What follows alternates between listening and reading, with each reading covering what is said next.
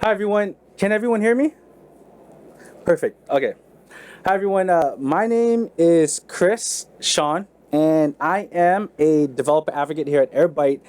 And in today's talk, I'll be going over open source ELT for everyone. Level up with custom connectors.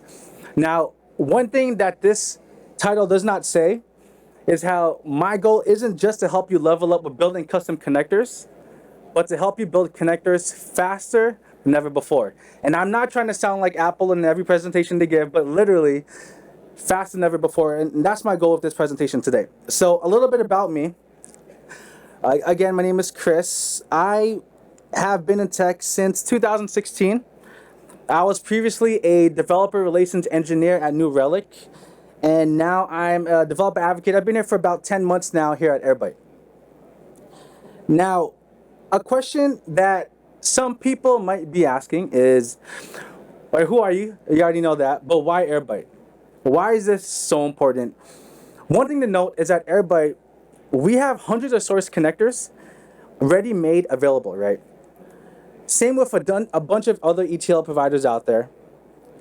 But the question then is, what happens when there's a source connector that you need to work with that doesn't exist in the platform?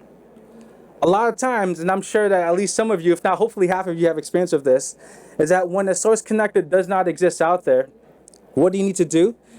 Submit a ticket to your ETL provider, wait for them and hope that they build a source connector for you, or you try to go to someone else.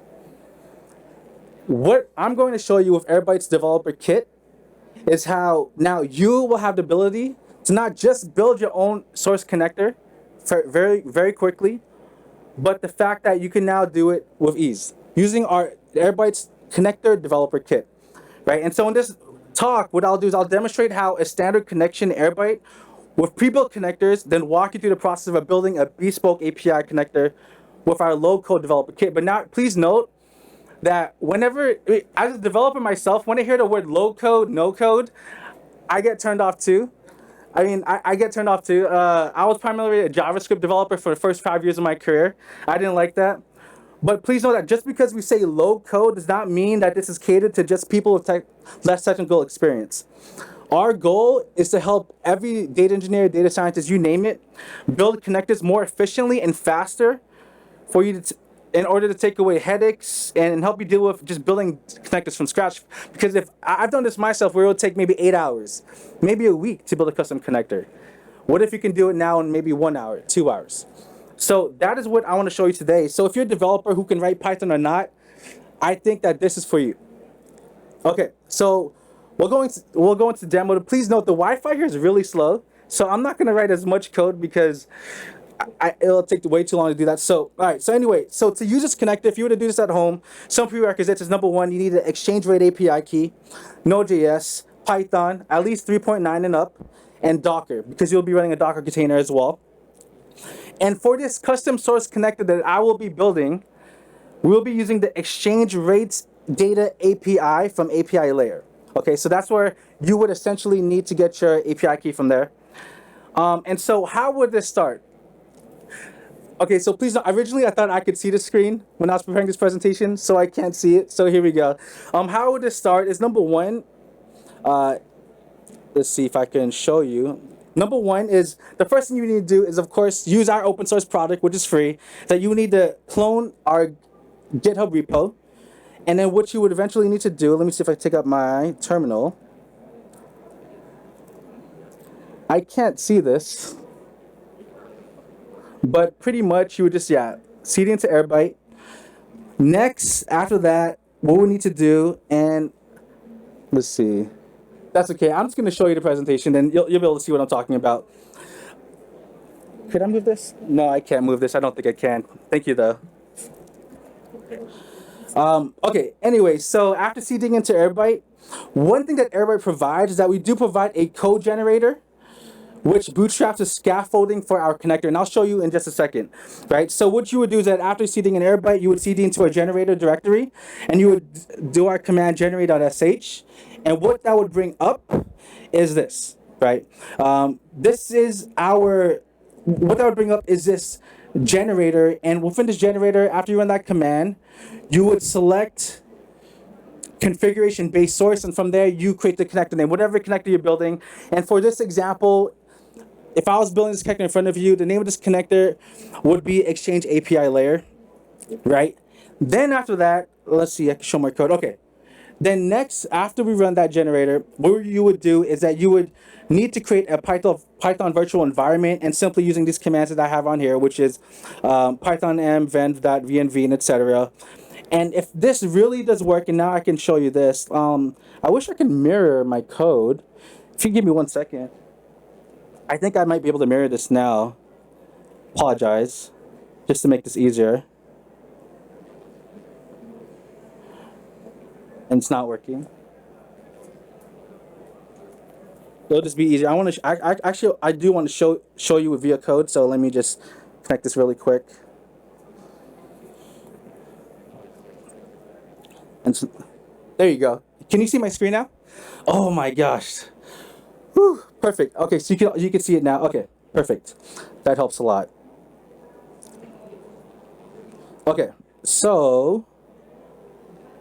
Where's the PPT? Okay, so we're here. Now, once you run those commands, to verify that everything works as expected, what you would need to do is that you would need to run the Airbyte spec operation, which is python main.py spec. So, to get that going, let's just do this. Perfect. Oh. Boom. There you go. And there is an error. Of course this would happen live. Let's see.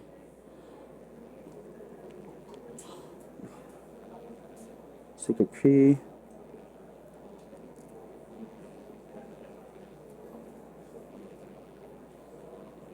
It's free. Oh no, this works. There's no error. Okay. Perfect.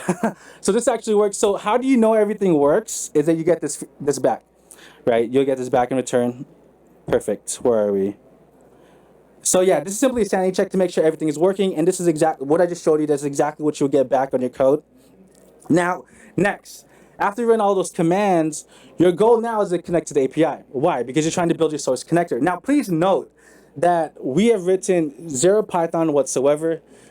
Pretty much what is happening is that we have boilerplate all within our YAML files, that your job from your end is to simply just make those changes from your end on a boilerplate. Now, what I'll be showing you in our code, now that I can share my screen, is that we need to make particular changes, right? So we'll make changes to a spec YAML file. Our spec YAML file, this describes inputs used to configure the connector. We'll make changes to the exchange rates tutorial YAML file, the name of the source connector you built, and what that is just the definition, a connector definition. It describes how data should be read from the API source. Next would be our configured catalog JSON file. This is the connectors catalog. It describes what data is available at the source, and last but not least, our sample state JSON file. And what this is simply, it's a sample state object to be used to test incremental syncs. And I'll create a bunch of additional files as well. For example, a rates JSON file, which is to replicate the schema from whatever API we're working with, right? So let me show you this right now. So as you see here, I'll show you in the code. As you will see here, that we do have a bunch of YAML files. For example, here's a spec YAML file, and different YAML files here on our code as well. Again, why do we have so many YAML files? Because the goal of our low-code, no-code connected developer kit is to make it where it takes the least effort as possible from your end. All you do is fill up the boilerplate, and you're good to go on your end. Now, this is an example of a spec YAML file of what it will look like just straight off of using a generator, right? That's it, but as you can see, there are different sections you need to fill out, and this is what it will look like after. Let's just show this real quick. There you go. So in this spec YAML file, what is this? So in our Airbyte UI, when you have a user that wants to use your source connector, they need to have 3 different inputs for this particular API. The first thing is they need a start date. How far back with the exchange currency do you want to go? Do you want to go back 7 days? Do you want to go back a year? I don't know why you want to go back 1 year, or do you want to go back a couple days? So they have the option to choose a start date. Next, access key. For anyone using your source connector, what they would need to do, authenticate it with an API key. Last but not least, base. And in this example, what is a base? The base would be, for example, if you want your data in euros, if you want your data in USD, in pesos, you name it, right? So this is what, literally just starting off with this is how you would start building your custom connector. And let's go back to the PPT. Okay, next, after we fill out the spec YAML file, what we would do next, so we would go to our config.json file, which would be in our secrets folder.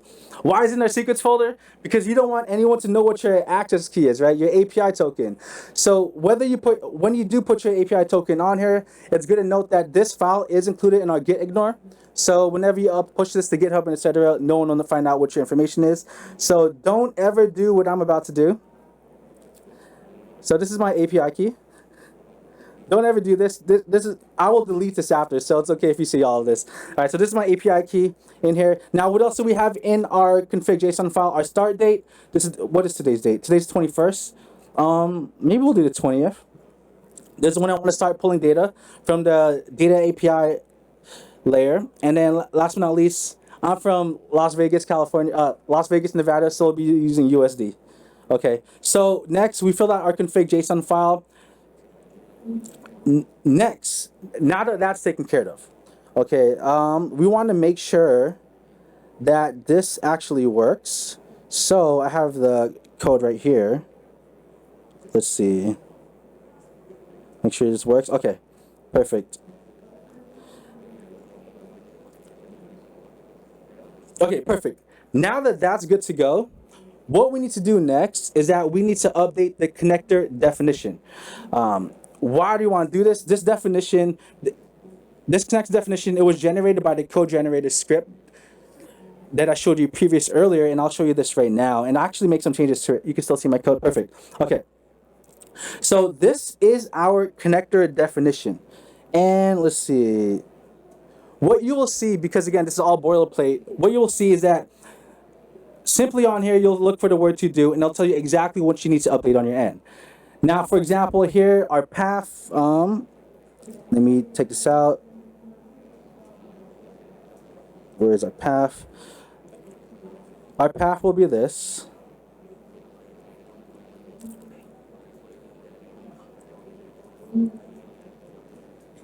Boom. Stream name, there are no customers, we're looking at rates. Last but not least, what we need to update is our base URL.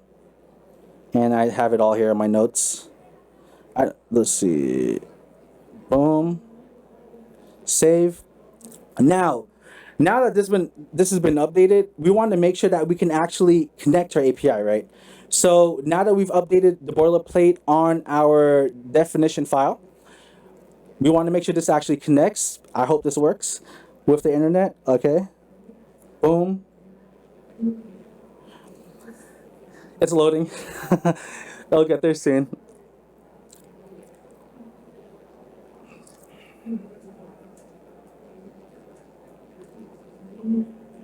Oops. There you go. Okay, excellent. So now we know that it worked, it succeeded. So what is this telling us? This is telling us that we're able to connect to our API. Again, I've written zero code, no Python, just filling up the boilerplate. So next, let's go back. What we want to do next is now, and I just did that, we can now run, what I did is I ran the check operation which verifies it can connect to the API source.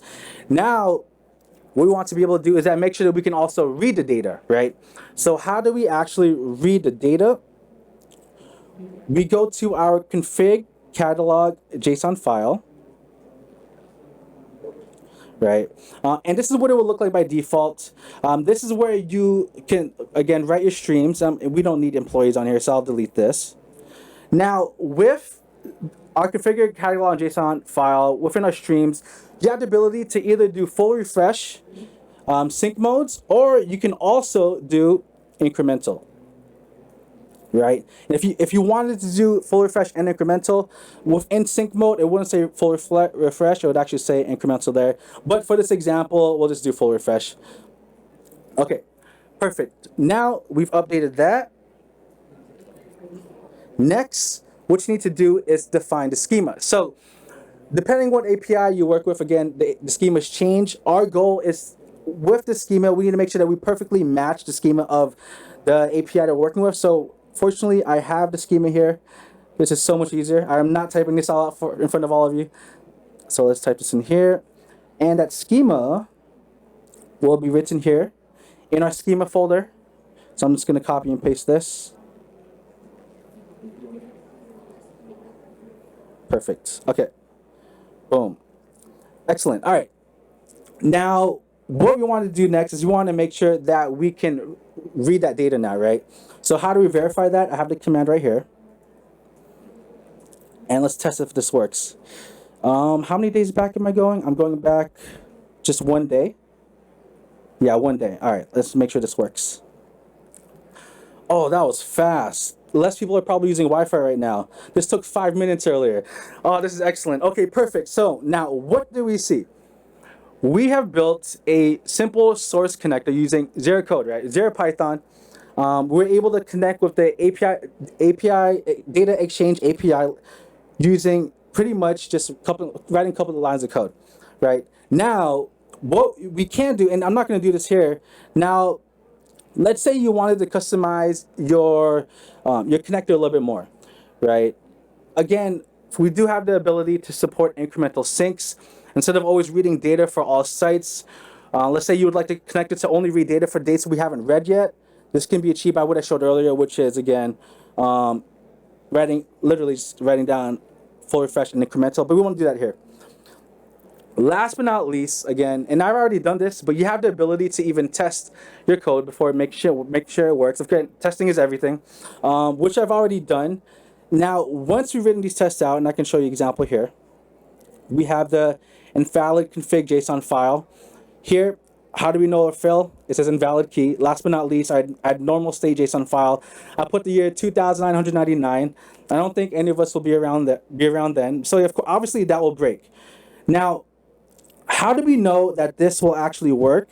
We do have this Docker build command that allows you to completely test everything, make sure it works before you push everything out to GitHub and etc. Now, this will take about 5 to 10 minutes. So I'm not going to do that, but it'll show a loading bar, etc., everything that works. Now, last but not least, the goal is to set up the connector in Airbyte, right? And how do you do that? Simply type in this Docker command, Docker build command. Oops.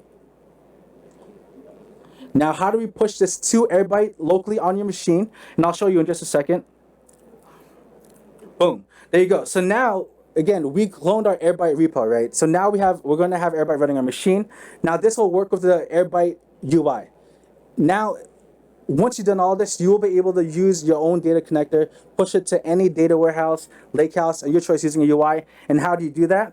Right after this command is run, you need to have Docker running, of course, and Docker. Yes, Docker's running. Okay, cool. All you'll have to do is type in Docker compose up. That'll spin all your containers. That'll get Airbyte running and good to go, which it's already doing. So, because that alone will take 10 minutes. And then what you need to do next is go to localhost 8000, which it will take you to once it's done loading. Now, how do we know if this source actually works? This custom source connector that I built, technically this took about 25 minutes on my own. If I was actually coding by myself. How do we know if it works? After running that Docker build command, it will pop up on here. So what you would do is click new connection, set up source, and that API should exist, right? What was the name of that API? I'll just type in API. There you go. Exchange rates API finally popped up. You now have a source connector, and now we want to make sure that this connector actually works. So again, here's the name of our connector you want to build. Access key, that will be a code, authentication key you should share with no one else, but I'll share with y'all. All right, and you know what? We'll do USD, and the start date will be 2022 09. Today's the 20. Let's just do the 21st. No, let's do 15th. Okay, set up source, and this will test everything. There you go. Boom. All connection tests have passed. Now that's all set up. I just built a connector in front of you in about 20 minutes. Now, using the Airbyte UI, and we won't do this here because, again, this will take time, you can move that data anywhere of your choice. that exists, of course, in our UI, from BigQuery to, let's say, S3. What else is out there? Snowflake, you name it. You have a working open source connector that you built on your own in a matter of 20 minutes. And so this is the, and so yeah, this is the low code, no code, new Airbyte developer connector kit. And yeah, that's a demo. Does anyone have any questions that I can answer? Yes.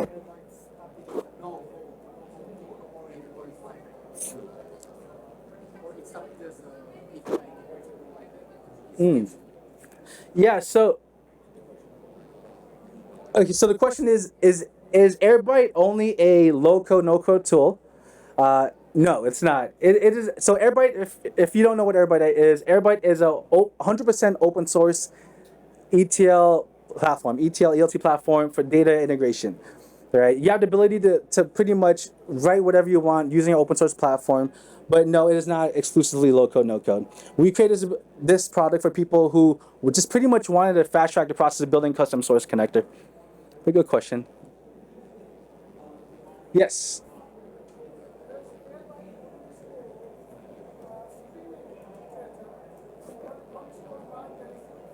I'm so sorry. It's a little hard to hear you. I'm so sorry. Yes.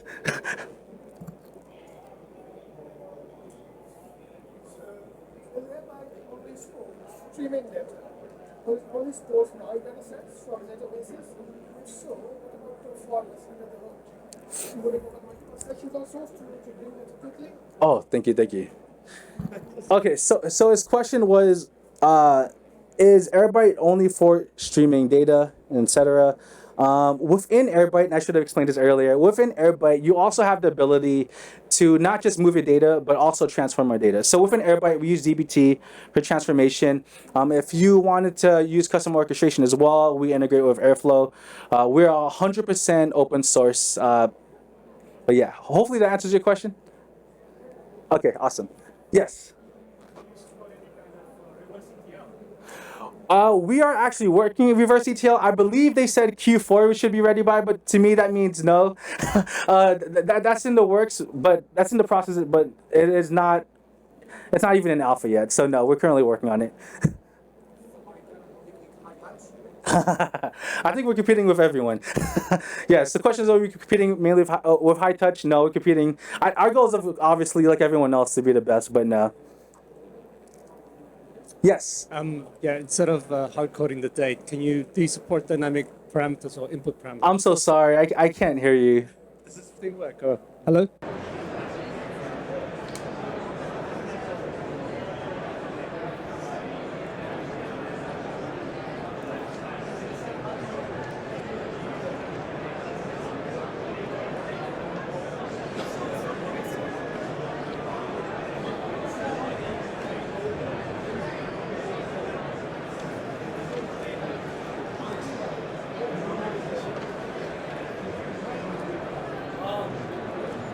Yes.